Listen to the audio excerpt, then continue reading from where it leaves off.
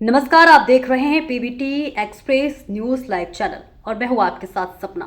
चलिए रुक कर लेते हैं आज की बड़ी खबरों की ओर। उत्तर प्रदेश को बीमार किया गया था। यह देश 1947 के बाद भी 1960 के दशक तक उत्तर प्रदेश देश का सबसे अग्रणी प्रदेशों में से गिना जाता था। देश के अंदर उत्तर प्रदेश का योगदान 14% से अधिक माना जाता था। लेकिन 1960 के बाद से लगातार गिरावट जो आई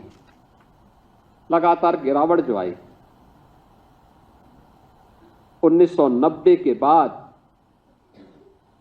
लगातार इसमें और तीव्रता के साथ ये गिरावट आती गई और 2017 आते आते उत्तर प्रदेश का देश के विकास में योगदान 8% से भी कम हो गया था। हर शासन की योजना में उत्तर प्रदेश पीछे होता था। क्या खाद्यान्न उत्पादन में, क्या प्रदेश के अंदर इंफ्रास्ट्रक्चर में, क्या इन्वेस्टमेंट में, किसी भी फील्ड में उत्तर प्रदेश एकदम पिछड़ता गया। यहां के नौजवान कहीं उत्तर प्रदेश से बाहर जाते थे, यहां तो नौकरी नहीं मिलती थी, कोई रोजगार नहीं होता था। लेकिन यहां का नौजवान जब उत्तर प्रदेश से बाहर जाता था तो बाहर जाकर के भी उसके सामने पहचान का संकट खड़ा होता था। आज मैं देख रहा था आजमगढ़ का नौजवान भी जब यहां पे चयन हुए हैं, आजमगढ़ की बेटियां भी जब चयनित हुई हैं, मैं देख रहा था एक समय होता था आजमगढ़ का नाम लोग सुनकर के डरते थे, उसके नाम से पहले ही उनको बाहर कर देते थे। होटल और धर्मशाला में रूम नहीं देते थे लोग। ये स्थिति किन लोगों ने बनाई?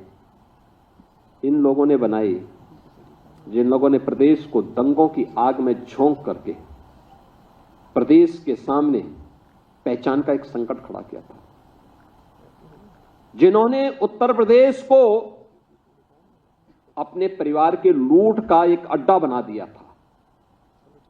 जिन लोगों के कारण पहचान के भीषण संकट के दौर से उत्तर प्रदेश को गुजरना पड़ा था, वे उस बीमारी के कारण थे और उस बीमारी को समझने की आवश्यकता है। और ये आपका सौभाग्य है। याद रखना, कार्य कोई बड़ा नहीं होता, कोई छोटा नहीं होता।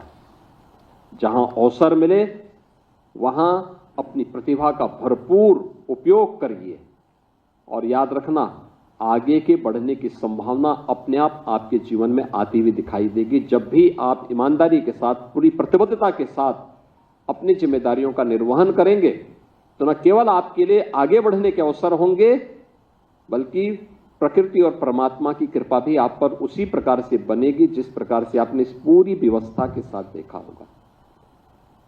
आज आप इस बात को कह सकते हैं कि चयन की प्रक्रिया में आपके साथ न भेदभाव हुआ है, तो आपको भी किसी के साथ कोई भेदभाव नहीं करना। 25 करोड़ जनता के लिए आपको सेवा का अवसर प्राप्त हो रहा है।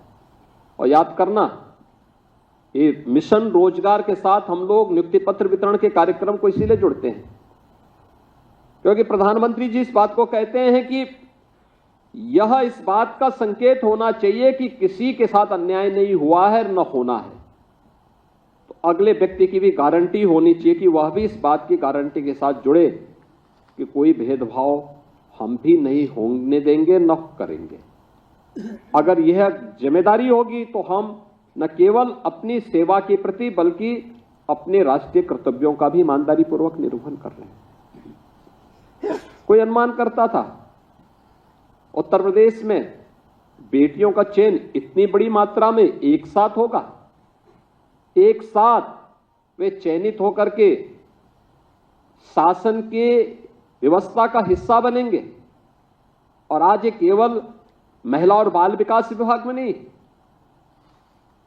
अब तो यह जीवन के प्रत्येक क्षेत्र में हो रहा है। उत्तर प्रदेश पुलिस में अभी 2 महीने पहले हम लोगों ने 60,244 पुलिस भर्ती की प्रक्रिया को संपन्न किया।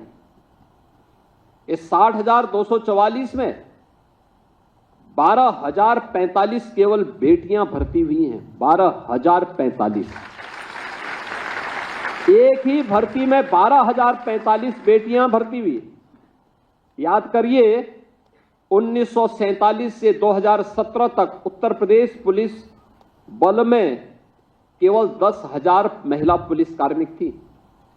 और यहां पर हम लोग जो भर्ती कर रहे हैं, उस भर्ती में पिछले 8 वर्ष में हम लोगों ने 40,000 से अधिक बेटियों को केवल उत्तर प्रदेश पुलिस बल में भर्ती किया। 40,000 से अधिक।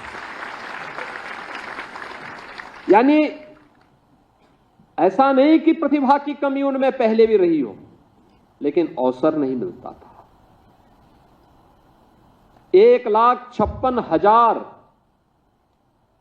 शिक्षकों की भर्ती अकेले बेसिक शिक्षा परिषद में हुई और 1,56,000 शिक्षकों की भर्ती में ज्यादातर बेटियां भर्ती हुई हैं, जो अपना योगदान आज प्रदेश के अंदर दे रही हैं, बेसिक शिक्षा के उन्नयन के लिए कर रही हैं। सरकार ने भी इन 8 वर्षों में प्रयास किया है।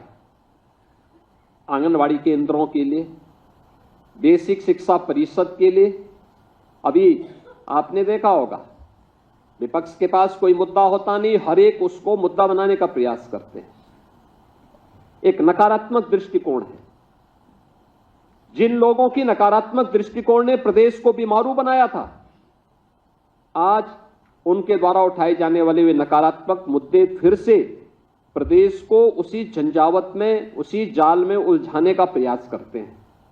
जब हम लोगों ने कहा कि प्रदेश के अंदर जर्जर विद्यालयों को शिफ्ट करना चाहिए, क्योंकि आपने देखा होगा एक राज्य में एक जर्जर विद्यालय भवन गिर गया, अनेक बच्चे उस जर्जर भवन के नीचे दब करके मर गए, दर्जनों बच्चे घायल हो गए।